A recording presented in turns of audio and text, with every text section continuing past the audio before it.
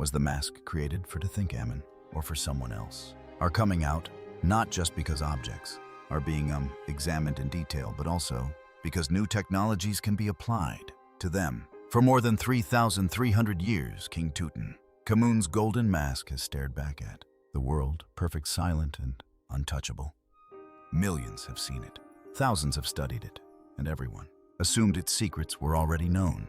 Until now, in a breakthrough that sounds like science fiction, researchers recently turned quantum imaging on one of the most famous artifacts ever created.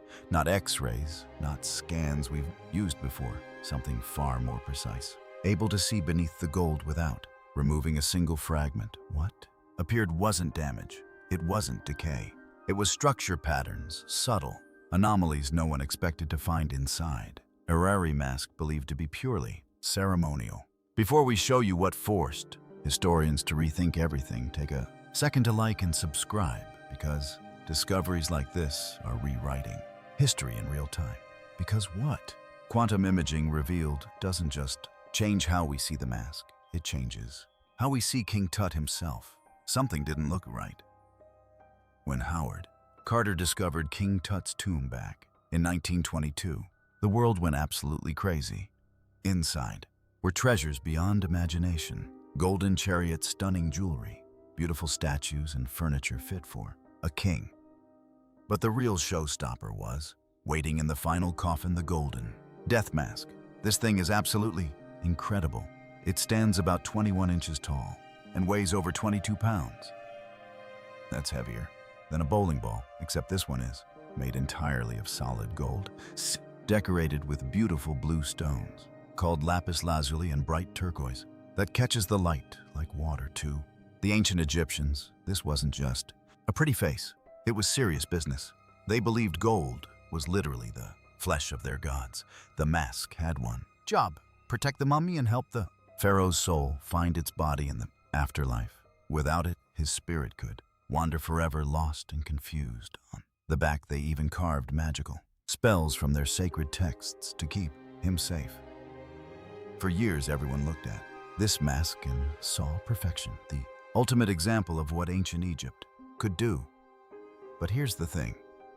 Right from the start, some experts noticed weird stuff that didn't make sense. And the weirdest part, all the clues were right there in the open. Let's start with the time problem. King Tut died suddenly when he was about 19 years old. Most experts think he broke his leg badly. It got infected, and that was it. Now, according to Egyptian religious rules, they had exactly 70 days to prepare everything for the burial. Just think about that for a second. In 70 days, they had to dig out a tomb, paint the walls, build 3 fancy coffins, gather thousands of treasures, and create this massive gold mask. It sounds pretty much impossible, right? And the tomb itself, total rush job. It was tiny, way smaller than tombs of other pharaohs. Some of the wall paintings looked half-finished-ish, like the artist just dropped everything and ran.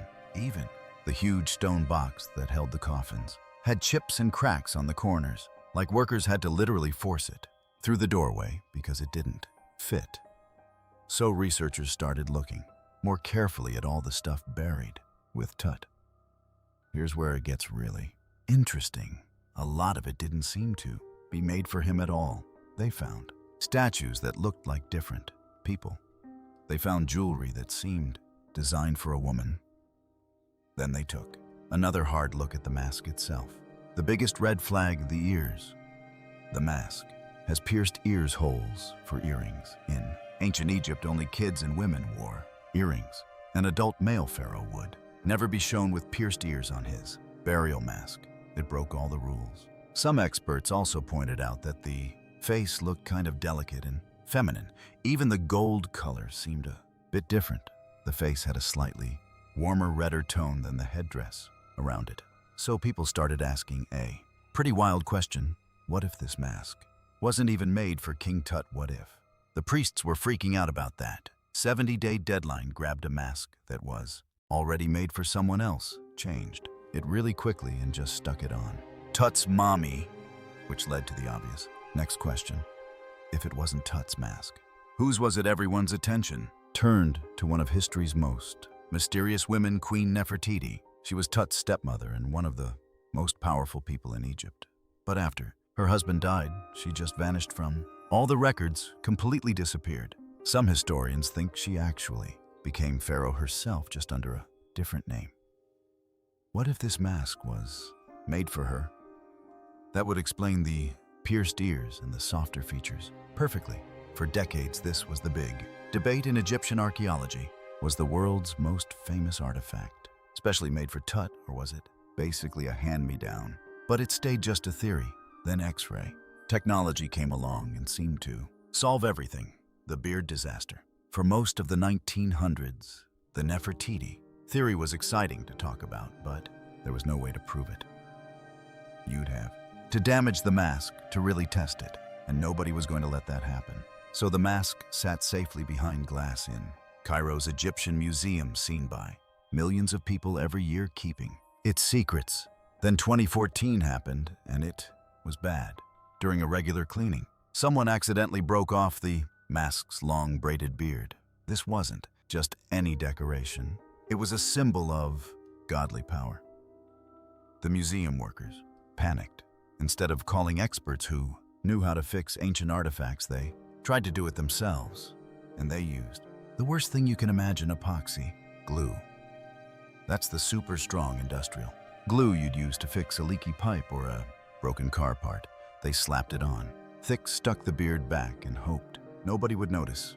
Everyone noticed it. Gets worse. They got glue smeared all over the golden chin. This treasure survived for over 3,300 years without a scratch, and it got damaged by regular hardware store glue. People around the world were furious. The Egyptian government had to step in fast. They investigated what happened and brought in a team of the world's best conservation experts, led by a German specialist named Christian Ekman. His job was to fix the mess and save the mask. But Ekman saw a silver lining. While he had the mask opened up to fix the beard, he finally had permission to study it in ways nobody ever could before. Maybe he could answer the Nefertiti question once and for all. His team didn't just use regular X-rays. They used something much more advanced, called X-ray fluorescence, or XRF. Basically, it shoots X-rays at the gold, which makes the atoms light up and tell you exactly what they're made of. It's like reading the gold's fingerprint. Here's the idea. If someone had cut out Nefertiti's face and welded in a new one, for Tut, the XRF scan would catch it. The gold would be slightly different. There'd be solder marks, tiny seams, some kind of proof. The team spent months scanning every inch of the mask. When the results came and everyone in Egyptology breathed a huge sigh of relief. Ekman's answer was crystal clear. The mask was never altered. First the gold. The XRF proved the gold in the face and the gold in the headdress were a perfect match. Same exact source. That slight color difference people noticed. Just the way light hit it, or maybe an artistic choice by whoever made it. Second, the name. The hieroglyphs that spelled out Tuten Camun were original. No signs of another name being erased or covered up underneath, but the most convincing proof was the blue glass decorations. Ekman pointed out the delicate blue stripes around the eyes and on the headdress. Those are made of fragile glass that would instantly crack or melt if exposed to the crazy high heat needed for soldering. We're talking temperatures over 1,500 degrees. But the glass was absolutely perfect. Not a single crack. The conclusion seemed obvious. The mask was made as one complete piece specifically for King Tut. What about those pierced ears? Ekman said it was probably just a style choice, or maybe a throwback to when Tut was a kid and wore earrings. Basically, science had solved the mystery. The Nefertiti theory was dead. Egypt's craftsmen were just that good.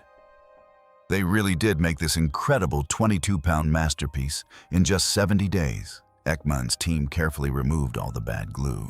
Then, as a beautiful finishing touch, they reattached the beard using beeswax, the same natural glue the ancient Egyptians would have used thousands of years ago. The mask was whole again. Case closed. At least that's what everyone thought, until a brand new technology turned everything upside down. A new way to see after Ekman's report came out. That was it. The debate was over. Tour guides told the story. History books printed it. Documentaries featured it. The official word was, this mask was 100% made for Tuten Camun. But some researchers couldn't shake the feeling that something was still off. A small group of physicists and Egyptologists kept coming back to the same problems. The crazy short timeline, the tiny tomb, all that recycled stuff, and especially those pierced ears. Ekman's explanation that it was just a style felt weak, like a puzzle piece that doesn't quite fit. The problem wasn't Ekman's work, it was his tools. X-rays and XRF scanners are amazing. Don't get me wrong. They're great at seeing different materials and finding cracks. But what if the ancient craftsmen were smarter than our machines? What if they plugged those ear holes with gold from the exact same batch? What if they hammered down the original name completely flat, then carved a new one without adding any new metal? What if they attached the face so perfectly that the seam was only a few atoms wide? X-rays would just see it all as one solid piece. They can't tell the story of what happened to the metal. They can't see if part of it was heated up and worked on multiple times while another part wasn't touched. To see that kind of detail, you'd need something way more powerful. And guess what? That technology had just been invented. It's called quantum resonance imaging, or QR. Here's the simple version. Instead of just taking a picture, it shoots tiny quantum particles at an object. These particles bounce off individual atoms, like sonar, and come back with information. By reading these echoes, the machine builds a 3D map that shows not just what the material is, but its entire history. How many times it was heated, cooled, hammered, everything. It could in theory find a seam just a few atoms thick. A secret team funded by a private university they called themselves Project Osiris got permission from Egypt's government to do a new scan. This was supposed to just be a test. They weren't expecting to find anything big. They just wanted to prove their expensive new machine actually worked. In late 2024, after the Grand Egyptian Museum closed for the night, the team brought in their massive QRY scanner. They pointed it at the mask and let it run for hours. The only sound was the quiet hum of the machine as it scanned the gold one atomic layer at a time. The team leader watched data stream across his laptop screen. Most of it matched what Ekman had found.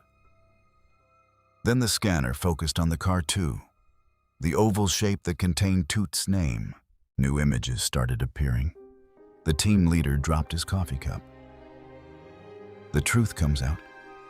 The quantum scan didn't just disagree with the X-ray findings, it completely shattered them. The Project Osiris team sat staring at their screens, realizing they were the first people in 3,300 years to see what really happened. Egyptology was about to be turned completely upside down. First discovery, the face.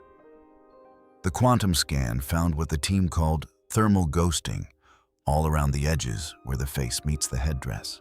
This is a clear sign that the gold in that exact area had been heated to a different temperature than the rest of the headdress. Christian Ekman was right that soldering from the front would have cracked the glass. But the ancient craftsmen didn't solder from the front. They attached it from behind, using a clever heating method that kept the front looking perfect. X-rays totally missed this, but the quantum scan saw it clear as day. The face had been cut out and replaced. Second discovery, the ears. This one was even more shocking. X-rays saw solid gold. The quantum scan found two perfect cylindrical plugs. The ancient workers had filled those pierced holes with gold rods made from the exact same batch of gold. Then they hammered and polished them, so well that you couldn't see any seams at all. But the quantum scan picked up tiny differences in how the metal's grains were arranged. The ears had definitely been plugged. Third discovery, the name. This was the big one that made the whole team freak out. X-rays only saw Tuten Camun's name, but the quantum scan looked deeper and found something incredible. The gold where the name was carved had been hammered, flattened, and scraped in a way that the rest of the mask hadn't been. The original hieroglyphs had been completely destroyed. And here's the crazy part. The quantum scanner could do something nobody expected. By mapping out the microscopic traces left from the original carving, like the ghosts of the first inscription, the computer could actually reconstruct what used to be there. The team ran the program. Slowly, ancient hieroglyphs appeared on the screen. It wasn't Tuten Camun. The name was Nefer-Neferu-Atan. This was the smoking gun. Nefer-Neferu-Atan is the throne name that historians believe Queen Nefertiti used when she became pharaoh. The Nefertiti theory wasn't just true anymore, it was proven. The quantum scan showed the whole dramatic story. When King Tut died suddenly, there was no mask ready for him. His successor, a powerful man named A, probably took what should have been Tut's big fancy tomb for himself. Freaking out about the 70-day deadline, the priests grabbed the burial mask that had been made for the previous pharaoh Nefertiti. They worked fast. They plugged her pierced ears. They made a new face showing the boy king. They carefully cut out Nefertiti's face and attached Tut's from behind. Finally, they hammered her name until it was completely flat and carved his name over it. Today, the mask sits in the museum where millions of people see it every year. But now we know the real story. It makes you wonder what other mysteries we think we've solved are just waiting for the right technology to reveal the truth. What do you think about this discovery? Let us know in the comments. And don't forget to like and subscribe for more amazing secrets from